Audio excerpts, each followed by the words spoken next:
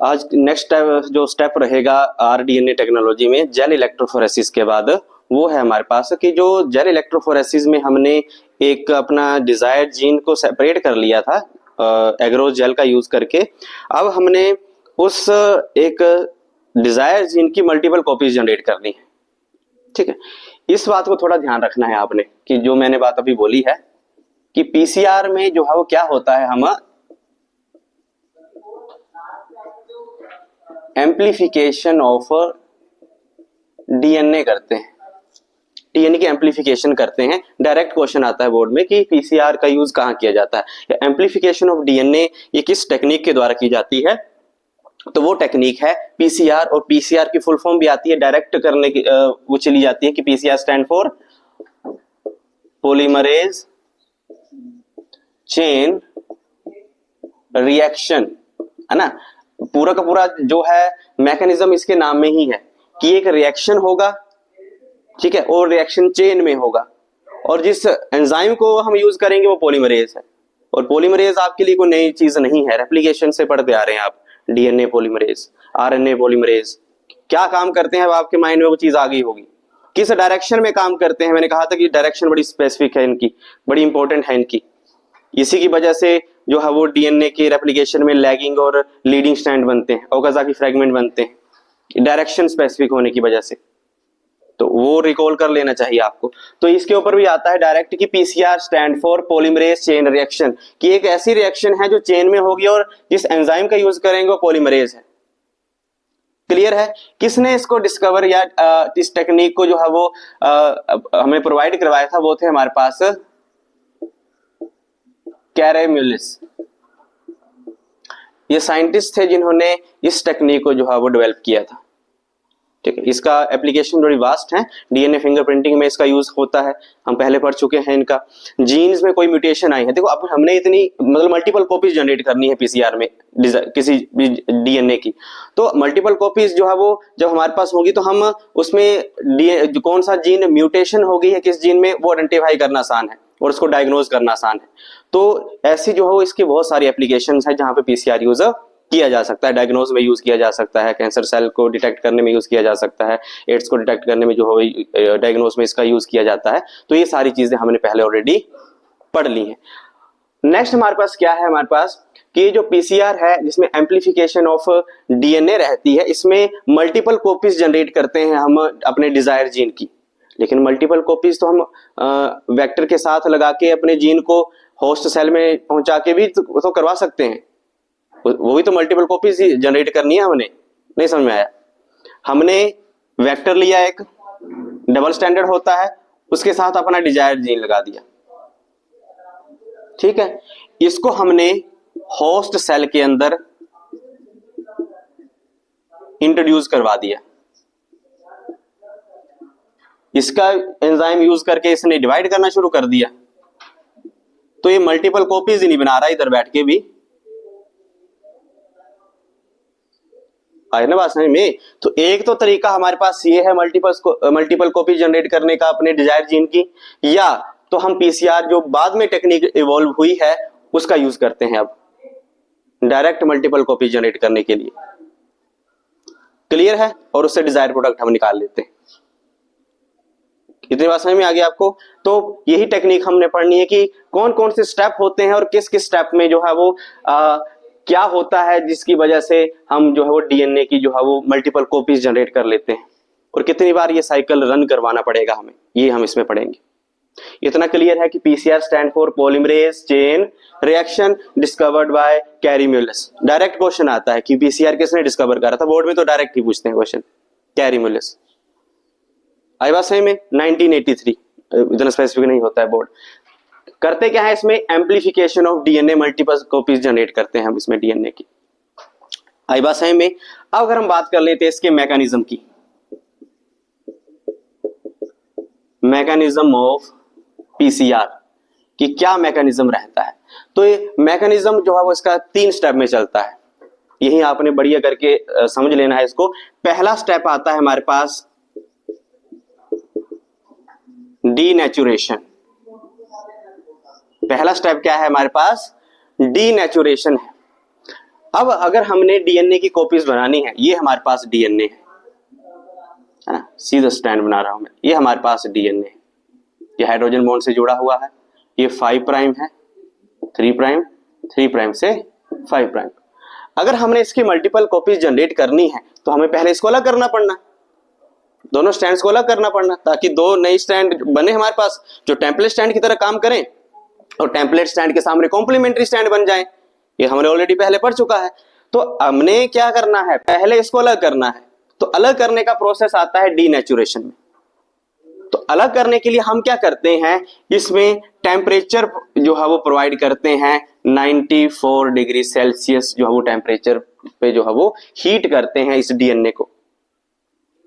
ठीक है, क्या करेंगे, हीट करेंगे इस डीएनए को 94 डिग्री सेल्सियस टेम्परेचर के ऊपर। अब ये कोई टर्म ऑफ स्पेसिफिक मत समझिए कि टेम्परेचर 94 डिग्री ही रखना है, ये वेरी करेगा बुक टू बुक।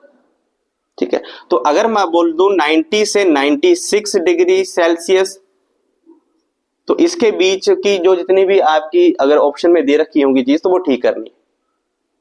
ठीक है, 97 भी कई बार दे रखा हो सकता है, तो जो बाकी के 3 ऑप्शन होंगे उसमें 50 डिग्री, 60 डिग्री, 70 डिग्री ऐसे दे रखा होगा। तो हमारा तो जो 90 की लाइन में रहेगा वही स्पेसिफिक है, नहीं तो 94 डिग्री सेल्सियस जो है वो हम टेम्परेचर देते हैं, उस पे हीट करते हैं। जैसे ही हीट करेंगे आपकी ये जो दोनों ही स्ट्रैंड्स हैं इनके हाइड्रोजन बॉन्ड ब्रेक हो जाएंगे। हाइड्रोजन बॉन्ड ब्रेक हो जाएंगी तो दोनों स्ट्रैंड जो है डीएनए की क्या हो जाएंगी, सेपरेट हो जाएंगी। दोनों स्ट्रैंड क्या हो जाएंगी, डीएनए की सेपरेट हो जाएंगी। एक 5 प्राइम से 3 प्राइम, ये 3 प्राइम से 5 प्राइम। तो डीनेचुरेशन में हमने क्या किया कि provide the temperature of 94 degree Celsius पे हमने अपने डीएनए को हीट किया। DNA helps to break the hydrogen bond present between DNA double standard DNA, और हमारा जो है वो दोनों ही स्ट्रैंड इसमें सेपरेट हो जाएंगी। अब ये जुड़ती नहीं है, किसकी वजह से कि जो हीट अभी हमने प्रोवाइड कर रखी है ये अलाउ करती है कि डीएनए जुड़े ना। ये क्या करती है, स्पेसिफाई करती है कि डीएनए एक बार जो अनवाइंड हो गया है हमारा अब वो जुड़े नहीं। तो ये डीनेचुरेशन का प्रोसेस है। क्लियर है। दूसरा आता है हमारे पास, अब हमने जो कि इस डीनेचुरेशन में 94 डिग्री सेल्सियस पे उसको हीट करके दोनों स्ट्रैंड्स को अलग कर लिया है। अब अलग कर लिया है तो भाई अब ये टेम्पलेट स्टैंड की तरह काम करेंगी। अब टेम्पलेट स्टैंड के सामने हमने कॉम्प्लीमेंट्री स्टैंड बनानी पड़नी, उसके लिए हमें प्राइमर ऐड करने पड़ने। तो दूसरा स्टेप आता है हमारे पास एनेलिंग। दूसरा स्टेप क्या आता है हमारे पास, एनेलिंग का जो है वो हमारे पास स्टेप आता है। इसमें क्या करते हैं, इसमें हम प्राइमर का यूज करते हैं। प्राइमर यूज्ड, कितने प्राइमर यूज करते हैं, 2 प्राइमर जो है वो यूज करते हैं। और ये प्राइमर हम कहां से निकालते हैं ये भी तो पता हो कि प्राइमर कहां से लिए हैं हमने। तो ये जो केमिकल हमने जो प्राइमर हमने यूज करे हैं ये केमिकली सिंथेसाइज होते हैं, केमिकली सिंथेसाइज्ड किए जाते हैं ये। ठीक है, और ये छोटे छोटे स्मॉल फ्रेगमेंट्स होते हैं, स्मॉल सिंगल स्ट्रैंडर्ड सेगमेंट्स होते हैं जिनको हम ओलिगो न्यूक्लियोटाइड भी हम कहते हैं। स्मॉल सेगमेंट जो होते हैं इनको क्या कहते हैं, ओलिगो न्यूक्लियोटाइड भी हम कहते हैं। अब इनको लगाना भी तो पड़ना। हमारे पास एनेलिंग में हम प्राइमर ऐड करेंगे तो प्राइमर जो है वो हमेशा कहां ऐड होते हैं, 3 प्राइम एंड पे, क्योंकि उसके अपोजिट तो 5 प्राइम एंड बनती है। क्योंकि प्राइमर्स किस डायरेक्शन में ऐड करते हैं न्यूक्लियोटाइड, 5 प्राइम से 3 प्राइम में। तो हम एक प्राइमर यहां ऐड करेंगे, इसकी कॉम्प्लीमेंट्री 3 के सामने कॉम्प्लीमेंट्री 5 प्राइम ही बनेगी ना, तो एक यहां ऐड करेंगे, दूसरा कहां ऐड करेंगे, इस 3 एंड पे। तो ये है हमारे पास प्राइमर्स जो केमिकली सिंथेसाइज करे हैं, स्मॉल सेगमेंट होते हैं। अब ये इस डायरेक्शन में रन होगा, ये इस डायरेक्शन में रन होगा। क्लियर है। लेकिन ये अकेला ही थोड़ी काम करता है। प्राइमर क्या करता है, बाइंडिंग साइट प्रोवाइड करता है, किसके लिए, डीएनए पॉलीमरेज के लिए। डीएनए पॉलीमरेज ही तो न्यूक्लियोटाइड ऐड करेगा, तो उसको बाइंडिंग साइट कौन प्रोवाइड करता है? यही प्राइमर्स प्रोवाइड करते हैं।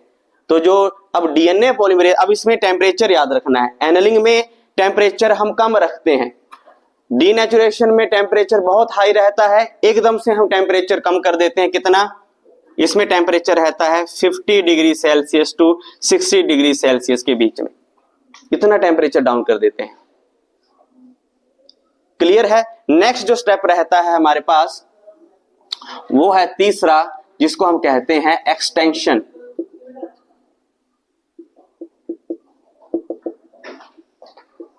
एक्सटेंशन, इसमें हम टेम्परेचर फिर रेज करते हैं। कितना रेज करेंगे? 72 डिग्री सेल्सियस जो है वो यहां पे टेम्परेचर रहता है। तो ये टेम्परेचर के ऊपर डायरेक्ट क्वेश्चन आते हैं। क्या रहते हैं? टेम्परेचर के ऊपर डायरेक्ट क्वेश्चन आते हैं कि डीनेचुरेशन में कितना टेम्परेचर रहता है, क्या करते हैं हम उसमें, एनेलिंग में क्या ऐड करते हैं और कितना टेम्परेचर रहता है। तीसरा एक्सटेंशन जो होती है उसमें टेम्परेचर कितना रहता है, इस पे डायरेक्ट क्वेश्चन आता है। ठीक है, अब एक्सटेंशन जब होगी मतलब यहां से ये मूव करना शुरू करेगा आगे की तरफ, तो यहां पे हम अपने काम का जो डीएनए पॉलीमरेज है वो यूज करेंगे। क्या यूज करेंगे? यहां पे हम डीएनए पॉलीमरेज। पर यहां पे एक और दिक्कत आती है, ये जो डीएनए पॉलीमरेज है ये टेम्परेचर सेंसिटिव होता है। कैसा होता है? ये टेम्परेचर सेंसिटिव होता है, थोड़ा सा टेम्परेचर बढ़ा नहीं कि खत्म। तो ये 72 डिग्री सेल्सियस टेम्परेचर कहां झेल पाएगा? तो यहां पे हम एक स्पेशल टाइप का डीएनए पॉलीमरेज यूज करते हैं जिसका नाम है टैक डीएनए पॉलीमरेज, और इसको जिससे एक्सट्रैक्ट किया जाता है, टी स्टैंड फॉर थर्मस और A Q stand for aquaticus. Thermus, thermos से याद रखना, वो गर्म रहती है ना थर्मस, बस वही याद रखना है कि थर्मस एक्वेटिकस जो है वो इसका एक बैक्टीरिया है जिससे हमने इसको एक्सट्रैक्ट या आइसोलेट किया हुआ है। ये थर्मोस्टेबल होता है, ये हाई टेम्परेचर के ऊपर काम करने के लिए ही बनाया गया है। इसका जो काम करने का ऑप्टिमम टेम्परेचर होता है वो 70 टू 76 डिग्री सेल्सियस होता है। तो ये जो हम एक्सटेंशन में टेम्परेचर रखते हैं ये इसके ऑप्टिमम टेम्परेचर में के बिल्कुल करीब रखते हैं ताकि वो बेस्ट काम हो, क्योंकि ऑप्टिमम टेम्परेचर के ऊपर ही बढ़िया काम होता है, ना तो उससे नीचे ना तो उससे ऊपर। अलग अलग जगह पे अलग अलग ऑप्टिमम टेम्परेचर होता है अलग अलग ऑर्गेनिज्म का। जैसे +1 में C3 और C4 प्लांट्स पड़े थे, तो उनका अलग अलग ऑप्टिमम टेम्परेचर होता है। C3 प्लांट का ऑप्टिमम टेम्परेचर कम होता है, C4 प्लांट का ऑप्टिमम टेम्परेचर ज्यादा होता है, वो उस पे बढ़िया काम करते हैं। ठीक है, C4 प्लांट बने ही इसलिए हैं हाई टेम्परेचर को टॉलरेट करने के लिए, C3 प्लांट से ही एडेप्टेशन हुई है उनकी। तो वैसे ही एक्सटेंशन में हम टेम्परेचर 72 डिग्री सेल्सियस रखते हैं जिसमें हम डीएनए पॉलीमरेज का यूज करते हैं। पर डीएनए पॉलीमरेज जो है वो टेम्परेचर सेंसिटिव होता है, हाई टेम्परेचर पे काम नहीं कर सकता, इसलिए स्पेसिफिक एक हम पॉलीमरेज का यूज करते हैं टैक पॉलीमरेज। ये कई बार डायरेक्ट क्वेश्चन पूछा गया है कि टैक पॉलीमरेज को हमने किससे एक्सट्रैक्ट करा है, किससे आइसोलेट करा है? थर्मस एक्वेटिकस से। डायरेक्ट क्वेश्चन है ये। और क्यों करते हैं टैक डीएनए पॉलीमरेज को, या टैक पॉलीमरेज भी कहीं लिखा होगा, एक ही बात है। तो इसको ही क्यों यूज करते हैं? क्योंकि ये थर्मोस्टेबल होता है, ये हाई टेम्परेचर के ऊपर भी स्टेबिलिटी रखता है अपनी। फिर ये यहां पे नई स्टैंड की फॉर्मेशन जो है वो कर देता है। अब ये जो नई स्टैंड यहां पे बनेगी तो एक बनेगी 5 प्राइम जो टेम्पलेट स्टैंड थी, उसके अपोजिट 3 प्राइम से 5 प्राइम, एक डीएनए की स्टैंड ये बन गई। नहीं, दूसरा नीचे वाला क्या था हमारे पास, वही 3 प्राइम, ये दूसरी नई स्टैंड बन गई हमारे पास। तो जब एक पीसीआर साइकिल कंप्लीट होता है तो हमारे पास 2 कॉपीज बन जाती हैं, किसकी? डीएनए की। ऐसे हमने अगर कैलकुलेट करना हो कि कितनी साइकिल रन करेंगे तो कितने हमारे पास कॉपीज जनरेट होगी, तो इसका फॉर्मूला रहता है 2 the power PCR cycle run. कितनी पीसीआर साइकिल रन हुई है, अगर पीसीआर साइकिल 3 बार रन हुआ है तो कितनी कॉपीज बनेगी डीएनए की? गधो 8। मैथ इतना कमजोर हो गया है, 3 2 ही करना है तो क्या होगा, 2 की पावर क्या हो जाएगी 3, 2 इंटू 2 इंटू 2, कहां 6 होते हैं ये? गलती आपकी भी नहीं है ना, गलती नहीं है ना, वो मैथ 10th के बाद छूट ही जाता है। पीसीआर साइकिल रन, कितने पीसीआर साइकिल रन किए हैं? तो बुक कहती है कि अगर हम 30 to 40 times PCR cycle run करते हैं तो बिलियंस ऑफ कॉपीज जनरेट कर सकते हैं हम डीएनए की। बिलियंस ऑफ कॉपीज जनरेट हो सकती हैं 30 to 40 टाइम्स साइकिल रन करने के बाद। तो देखो कितना, मतलब कुछ घंटों में काम खत्म, कुछ घंटों में ही बिलियंस ऑफ कॉपीज आपको मिलेंगी आपके डीएनए की, इतनी फास्ट टेक्निक है। इसलिए इसका आजकल बड़ा वास्ट यूज है। जब से पीसीआर आया है काफी ज्यादा चीजें आसान हो गई। अगर इतनी सारी कॉपी होंगी हमारे पास तो जीन म्यूटेशन ढूंढने में क्या दिक्कत है? आसानी से किसी भी जीन को, कोई म्यूटेंट जीन है उसको आइडेंटिफाई किया जा सकता है, कोई कैंसरस सेल है उसको आइडेंटिफाई किया जा सकता है, किसी भी वायरस को डिटेक्ट किया जा सकता है। आई बात सही में? तो ये है हमारे पास पीसीआर की टेक्निक। ये हमें बड़ी टफ लगती है जब हम पढ़ते हैं, और डायरेक्ट क्वेश्चन भी सीधे आ जाता है कई बार बोर्ड में, explain the mechanism of PCR. तो ये लिखना है डीनेचुरेशन, एनलिंग और एक्सटेंशन। अगर आपको ये सीक्वेंस पता है और पता है कि क्या क्या हो रहा है तो अपने वर्ड में लिखिए आप, ठीक है। In denaturation we provide the temperature 94 degree Celsius, on 94 degree Celsius we heated the desired DNA, due to heating the hydrogen bond between the 2 strands break and the separation of DNA is done. खत्म कहानी। और ये नहीं जुड़ते हैं due to the higher heat, जो heat ज्यादा रहेगी उसकी वजह से नहीं, ये श्योरिटी देती है कि नहीं जुड़ पाएंगे वापस। सेकंड स्टेप पे आओ कि इसमें हम टेम्परेचर बिल्कुल डाउन कर देते हैं, 50 to 60 डिग्री सेल्सियस के बीच में रहता है, और इसमें हम प्राइमर्स यूज करते हैं। ये प्राइमर्स हम केमिकली सिंथेसाइज करते हैं, केमिकली बनाए हुए होते हैं, और ये स्मॉल सेगमेंट्स होते हैं, सिंगल स्टैंड के होते हैं, इसलिए इनको ओलिगो न्यूक्लियोटाइड्स जो है वो भी बोला जाता है। और ये 2 ऐड किए जाते हैं और किस हर टेम्परल स्टैंड के 3 प्राइम एंड के ऊपर, क्योंकि ये रन करते हैं 5 प्राइम से 3 प्राइम की तरफ ही न्यूक्लियोटाइड की एडिशन होती है। डीएनए पॉलीमरेज भी इसी डायरेक्शन में न्यूक्लियोटाइड ऐड करता है।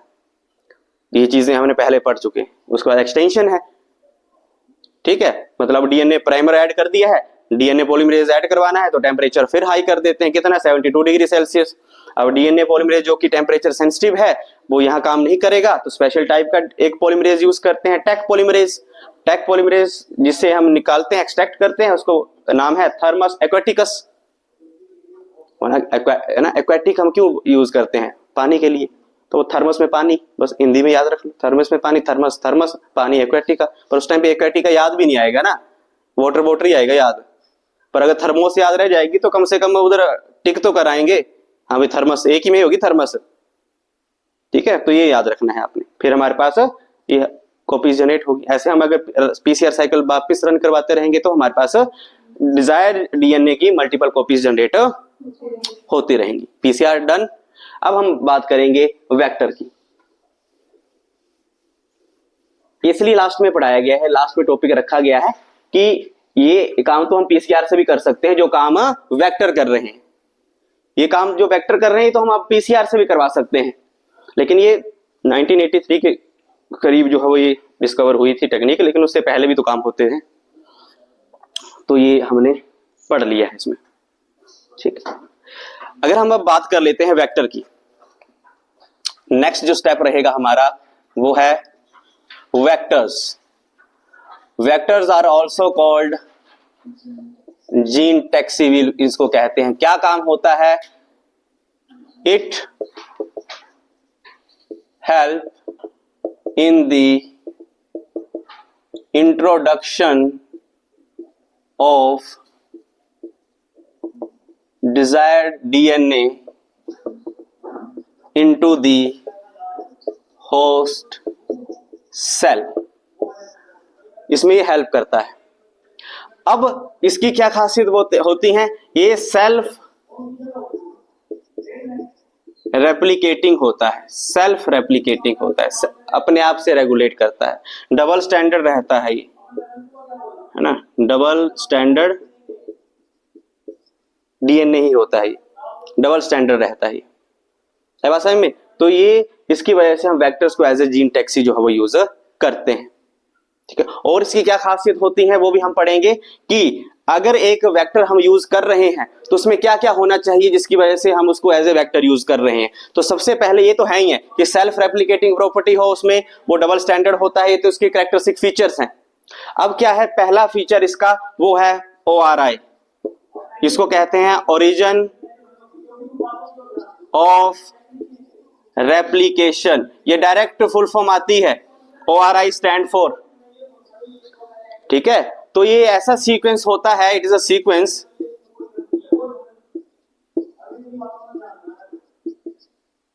हेल्प्स इन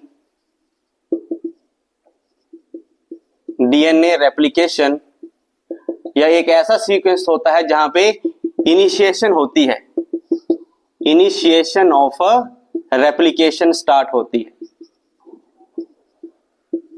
ये ऐसा सीक्वेंस होता है जहां पे क्या होगी, आपकी रेप्लिकेशन स्टार्ट होगी, ये ओरिजिन होगा, स्टार्ट करवाएगा, ठीक है। और यही जो है और क्या करता है, कॉपी नंबर को भी कंट्रोल करता है, कॉपी नंबर को भी क्या करेगा, ये कंट्रोल करेगा। तो हमें ऐसा ओरिजिन ऑफ रेप्लिकेशन चाहिए जो मल्टीपल कॉपीज बना सके, जो क्या कर सके, बहुत सारी मल्टीपल कॉपीज बना सके। ऐसा नहीं चाहिए कि वो सिर्फ एक दो ही कॉपीज बनाए। तो हमें वेक्टर में ऐसा वेक्टर ढूंढना पड़ना जिसका जो ORI है या जिसका ओरिजिन ऑफ रेप्लिकेशन है वो मल्टीपल कॉपीज जनरेट कर सके। तो ऐसी खासियत उस वेक्टर में होनी चाहिए। क्लियर है। दूसरी बात, ये पहली बात आ गई, दूसरी बात स्मॉल होना चाहिए, स्मॉल साइज। स्मॉल साइज होना क्यों जरूरी है, क्योंकि स्मॉल साइज को ट्रांसफर करना आसान है।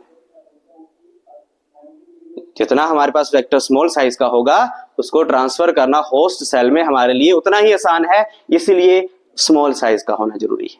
ये दूसरी बात, ठीक है। तीसरी बात, क्लोनिंग साइट होनी चाहिए उसके ऊपर। क्या होनी चाहिए, to bind the desired gene को बाइंड करने के लिए उसके ऊपर क्लोनिंग साइट हो। ये पता लगी उसके ऊपर क्लोनिंग साइट ही नहीं, बाइंड नहीं कर रहा हमारा, तो ऐसे प्लाज्मिड का क्या, ऐसे वेक्टर का क्या यूज करना हमने। क्लियर है। तो क्लोनिंग साइट होनी चाहिए उसके ऊपर। तीसरी जो बात रहती है वो है हमारे पास फोर्थ, उसके ऊपर सिलेक्टिबल मार्कर होने चाहिए, सिलेक्टिबल markers.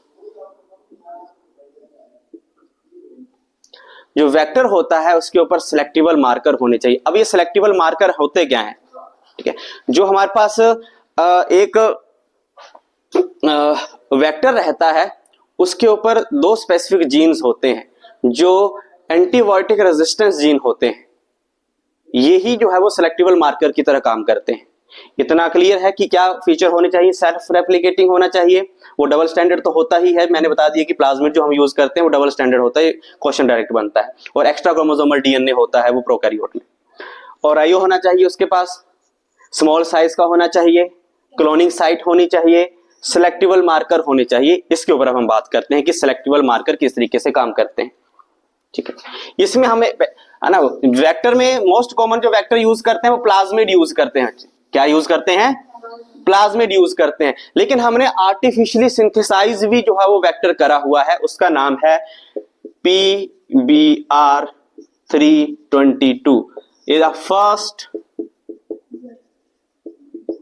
Artificial vector to be discovered. सबसे पहले जो है वो इसको डिस्कवर किया गया था आर्टिफिशियली, जो है PBr322। डायरेक्ट आता है question, right a short note on PBr322, जिसमें P स्टैंड फॉर प्लाज्मिड,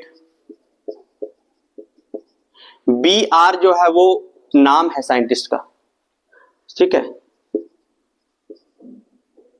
वॉलिवर कुछ करके नाम है उसका, हाँ, वोलिवर और आर स्टैंड फॉर रोड्रिगेज या रोड्रिग्यूज, ये उस साइंटिस्ट का नाम है, ठीक है। और ये 322 स्टैंड करता है हमारे पास order of development, order of development को ये करता है। तो जो शॉर्ट नोट लिखेंगे आप, तो ये पहली तो लाइन यही बन जाती है कि PVR 322 is the first artificial vector to be discovered, जो हुआ है। दूसरा किसने डिस्कवर, इसके नाम पे ऊपर आ जाते हैं। तो PVR, in PVR 322 P stand for plasmid, B stand for Bolivar, R stand for Rodriguez और 322 is the order of development. अब इसके स्ट्रक्चर की बात कर लेते हैं, जो कि बड़ा इंपॉर्टेंट है, ठीक है। ये नोट कर लिया आपने, रटने की जरूरत नहीं पड़ेगी, जब आएगा तो नाम से ही आप सारा कुछ कर लेंगे। दूसरा इसका स्ट्रक्चर इंपॉर्टेंट होता है। प्लाज्मिड है तो डबल स्टैंडर्ड रहेगा, क्लियर है। ORI रहेगी, क्योंकि ये तो स्पेसिफिक फीचर है ना, ORI तो होना ही चाहिए। वेक्टर का भी क्या पढ़ा हमने, ORI होनी चाहिए। इसके ऊपर जो है वो क्लोनिंग साइट रहती है,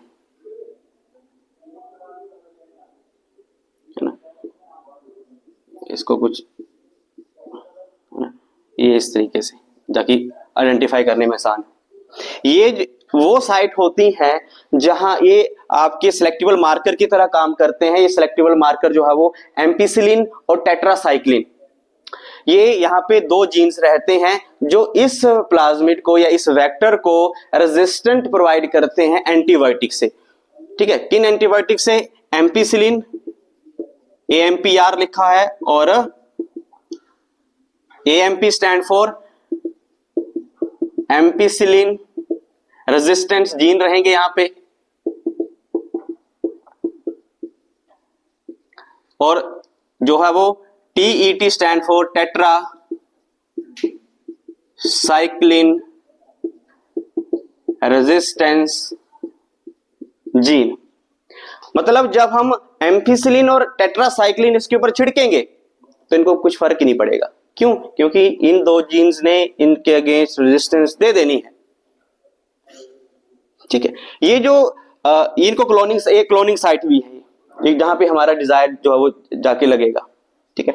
अब जो ये वाली जो है टेट्रासाइक्लिन रेजिस्टेंस जीन है, इसके ऊपर दो रेस्ट्रिक्शन एंडोन्यूक्लियसिस की रिकॉग्निशन सीक्वेंस रहती है।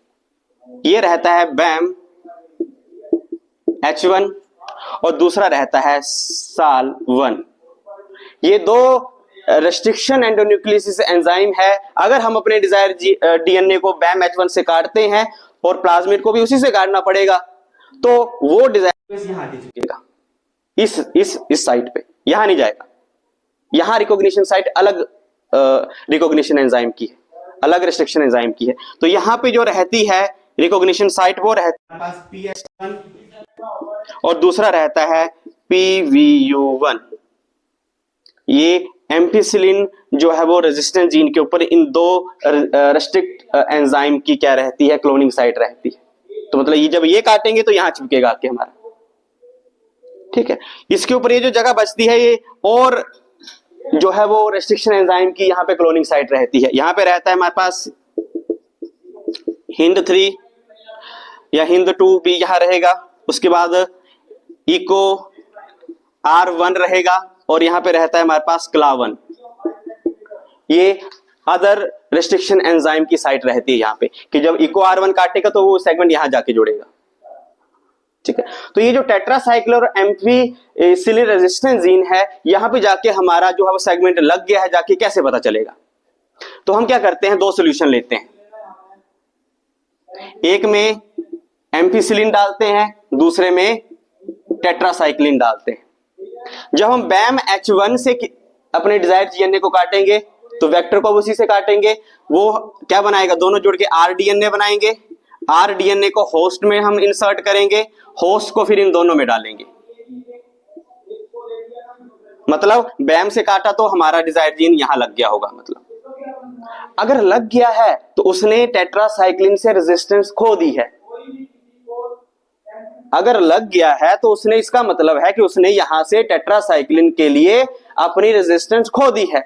और अगर मैं इस होस्ट को इन दोनों सॉल्यूशन में डालूंगा तो वो किस में ग्रो नहीं करेगा, जिसमें उसने रेजिस्टेंस खो दी है। तो किसके प्रति रेजिस्टेंस खो दी है उसने, टेट्रासाइक्लिन के, तो यहां वो नहीं ग्रो करेगा और दूसरे सॉल्यूशन में ग्रो कर जाएगा। हमें पता चल जाएगा टेट्रासाइक्लिन पे जाके जुड़ गया है, क्योंकि जैसे ही जुड़ेगा वो रेजिस्टेंस ही खो देगा उसके लिए। वैसे ही दूसरा काम इसके लिए है कि अगर यहां चिपकाना है तो PST1 या PBU1 से कट करेंगे, यहां जाके चिपकेगा, RDNA बनाएगा, RDNA को इन दोनों में डालेंगे तो किस में ग्रो नहीं करेगा, एम्फिसिलिन में, क्योंकि अगर जैसे यहां चिपका उसने एम्फिसिलिन से रेजिस्टेंस खो दी तो मतलब एम्फिसिलिन में ग्रो ही नहीं करेगा, एम्फिसिलिन उसको मार देगा। इससे पता चल जाएगा कि वो वहां चिपक गया है, टेट्रासाइक्लिन के लिए रेजिस्टेंस है तो वो वहां तो रहेगा ही। ये थोड़ा ट्रिकी सा है कि जहां जाके चिपकेगा उसी में ग्रो नहीं करेगा, उसी सॉल्यूशन में। ये अलग सॉल्यूशन लिए हमने, ये वो सॉल्यूशन है जिनके प्रति इसके पास रेजिस्टेंस है।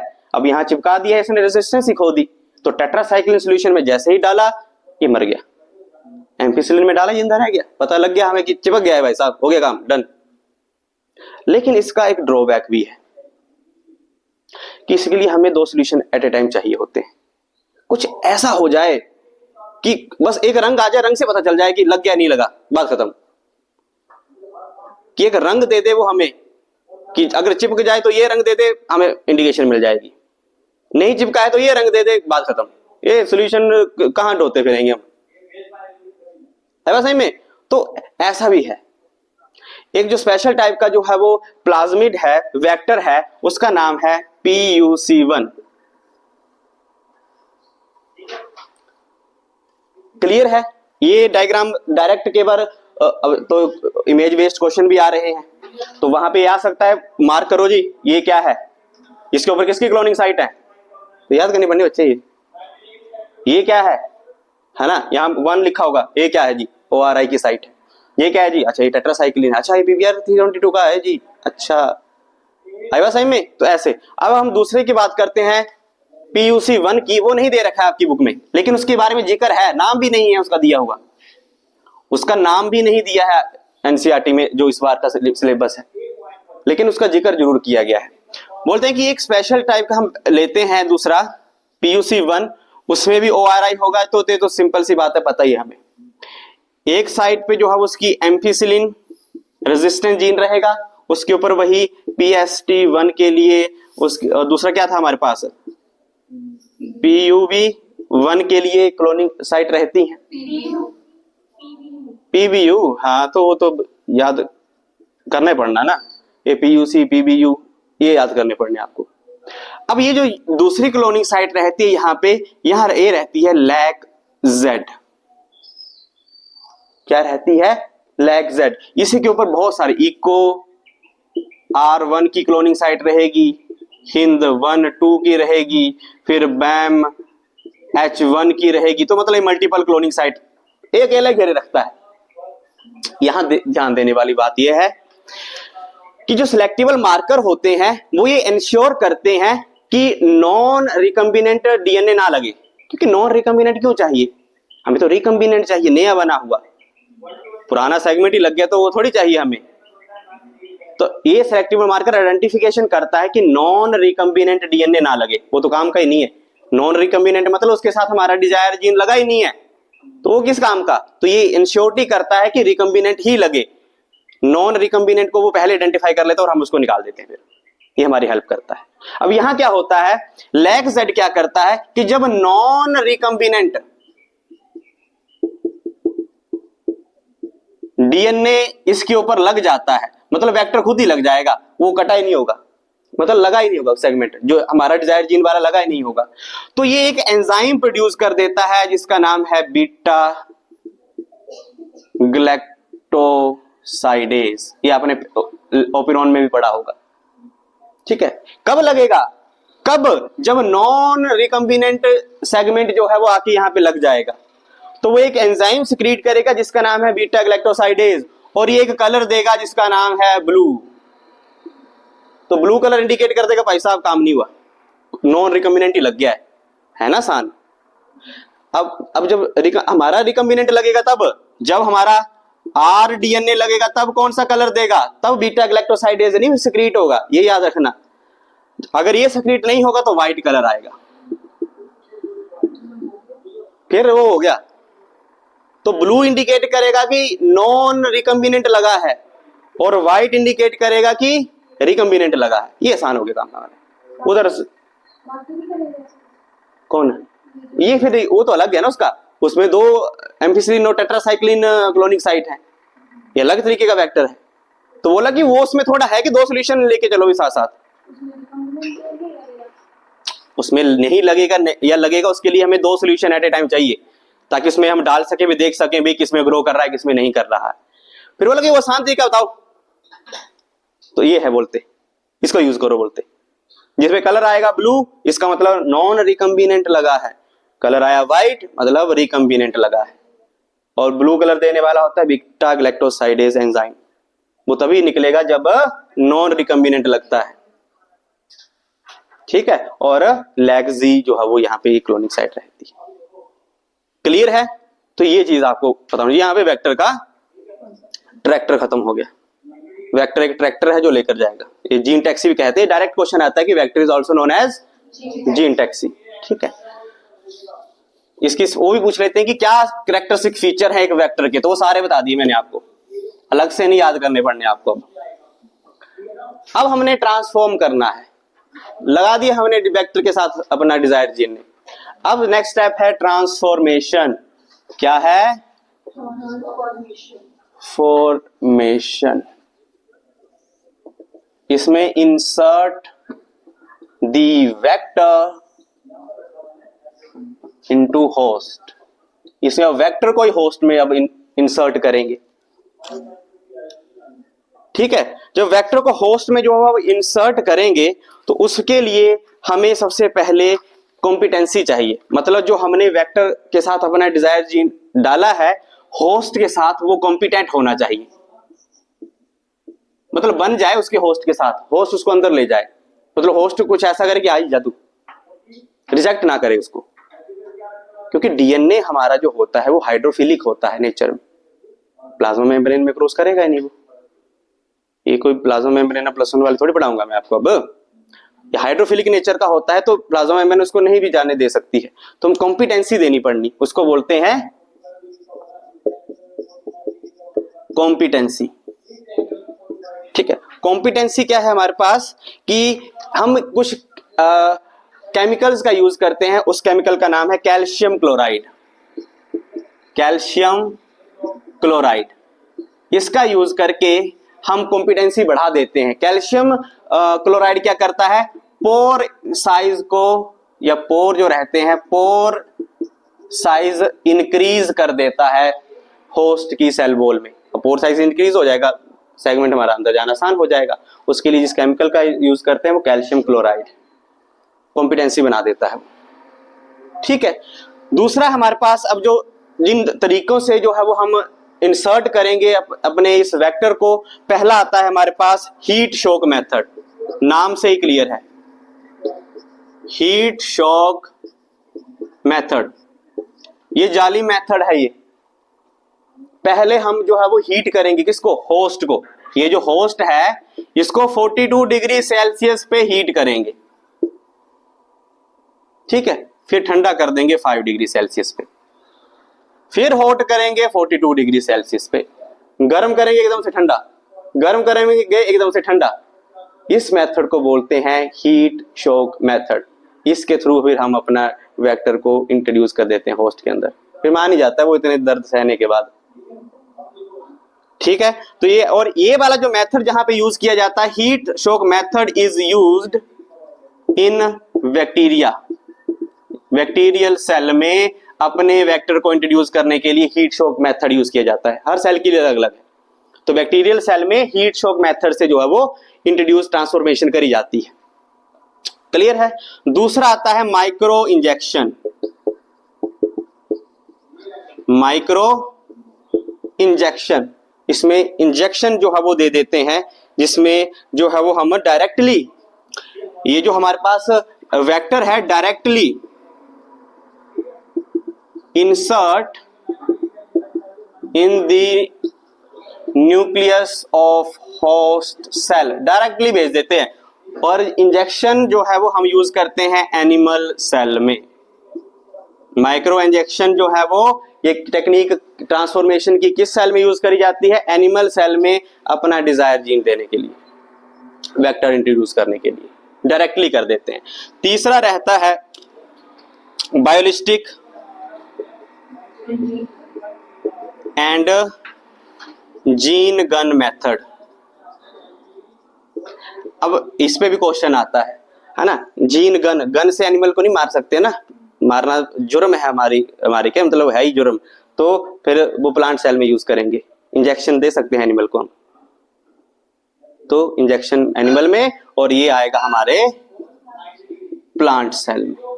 इसमें हम क्या करते हैं, अब गन है तो बुलेट यूज करनी, तो इसमें जो हम बुलेट यूज करते हैं वो गोल्ड एंड टंगस्टन के पार्टिकल यूज करते हैं। ये भी क्वेश्चन आता है कि किसके पार्टिकल यूज किए जाते हैं? गोल्ड और टंगस्टन के पार्टिकल यूज किए जाते हैं। 1000 ऑफ पार्टिकल्स जो होते हैं गोल्ड और टंगस्टन के, बम्बार्ड किए जाते हैं हाई वेलोसिटी से, जिसकी वजह से वो उस होस्ट सेल के अंदर इंट्रोड्यूस हो जाता है, और ये मेथड प्लांट सेल में यूज किया जाता है। तो ये थे ट्रांसफॉर्मेशन के मेथड्स जो आपको पता होने चाहिए। इसके बाद आता है बायोरिएक्टर्स। बायोरिएक्टर्स क्यों जरूरी है? बायोरिएक्टर्स ऐसी टेक्निक है जिसमें प्रोडक्शन हम हाई लेवल पे करते हैं। प्रोडक्शन हम क्या करते हैं? प्रोडक्शन का स्केल ही बढ़ा देते हैं हाई लेवल के ऊपर, ऑक्सीजन देते जाते हैं, माइक्रोब्स। अब ये जो माइक्रोब्स है हमारा होस्ट, ये मल्टीप्लाई करे चलेगा करे चलेगा करे चलेगा, और बहुत सारी मल्टीप्लिकेशन कर लेगा। ठीक है, एक बार वो मल्टीप्लिकेशन हो गई, लास्ट जो स्टेप रहता है जो है हमारे पास, ये इंपॉर्टेंट है, डाउन स्ट्रीम प्रोसेसेस। इसको प्यूरिफिकेशन भी कहते हैं, प्यूरिफिकेशन। अब बायोरिएक्टर्स में तो वो सारी चीजें हमारे पास आ गई हैं, लेकिन उसको प्यूरिफाई भी तो करना है। प्यूरिफाई की टेक्निक को ही डाउनस्ट्रीम प्रोसेसेस कहा जाता है। डायरेक्ट क्वेश्चन आता है, डिफाइन डाउनस्ट्रीम प्रोसेसेस। तो प्यूरिफिकेशन ऑफ जो रहती है हमारे पास, अगर direct process of separation and purification of desired product. Separation करना है बायोरिएक्टर से, उसको प्यूरिफाई करना है। प्यूरिफाई करने के लिए अलग अलग हम केमिकल्स का यूज करते हैं। प्यूरिफाई करना है और किसका? डिजायर्ड प्रोडक्ट का, और सेल कर देना है। फिर इसी प्रोसेस को डाउनस्ट्रीम प्रोसेस कहते हैं। ये डायरेक्ट बोर्ड में क्वेश्चन आता है, एक्सप्लेन द डाउनस्ट्रीम प्रोसेसेस। तो separation and purification of desired product को हम क्या कह देते हैं? नाम दे देते हैं डाउनस्ट्रीम प्रोसेसेस कह देते हैं। क्लियर है? तो यहां पे हमारा चैप्टर भी जो है वो फिनिश है। कल जो है वो नया चैप्टर, अब हमने प्रोसेस पढ़ लिए, प्रिंसिपल पढ़ लिए, प्रोडक्ट तो अब हमने अब बनाने, इसलिए नेक्स्ट चैप्टर है बायोटेक्नोलॉजी एंड इट्स एप्लीकेशंस। कहां कहां एप्लीकेशन, कहां कहां यूज की जा रही है बायोटेक्नोलॉजी। स्टेप तो पढ़ ली कि ये स्टेप फॉलो करने हैं बायोटेक्नोलॉजी में, अब यूज कहां करने हैं, क्या बना देना है हमने। प्लांट सेल और एनिमल सेल में हम वेक्टर को इंट्रोड्यूस करने के लिए एग्रोबैक्टीरियम ट्यूमिफेशन का यूज भी करते हैं, जो आप अगले चैप्टर में पढ़ेंगे। क्लियर है? जिसमें टी प्लाज्मिड जो है वो यूज करते हैं, और कैंसरस सेल का भी हम यूज करते हैं, सॉरी कैंसर सेल नहीं, रेट्रोवायरस का भी यूज करते हैं हम एनिमल सेल में वेक्टर को इंट्रोड्यूस करने के लिए। पर रेट्रोवायरस तो बीमारी कॉज करता है, पर काट देंगे ना जो बीमारी कॉज करता है सेगमेंट, फिर अपना जोड़ देंगे ना, काम खत्म। एग्रोबैक्टीरियम भी ट्यूमर कॉज करता है प्लांट में, काट देंगे ना। हाँ, वो एग्रोबैक्टीरियम जो है वो एक वेक्टर की तरह यूज करते हैं प्लांट सेल में इंट्रोड्यूस करने के लिए चीजों को, पर हम काट देंगे ना जो ट्यूमर कॉज करता है सेगमेंट, वहां अपना जोड़ेंगे ना। बस वही हमने अगले चैप्टर में पढ़ना है। बीटी कॉटन बना लेना है, बीटी ब्रिंजल बनाया हुआ है, ठीक है, तो यही हमने अगले चैप्टर में पढ़ना है। ठीक है, ये आपने देख लेना है।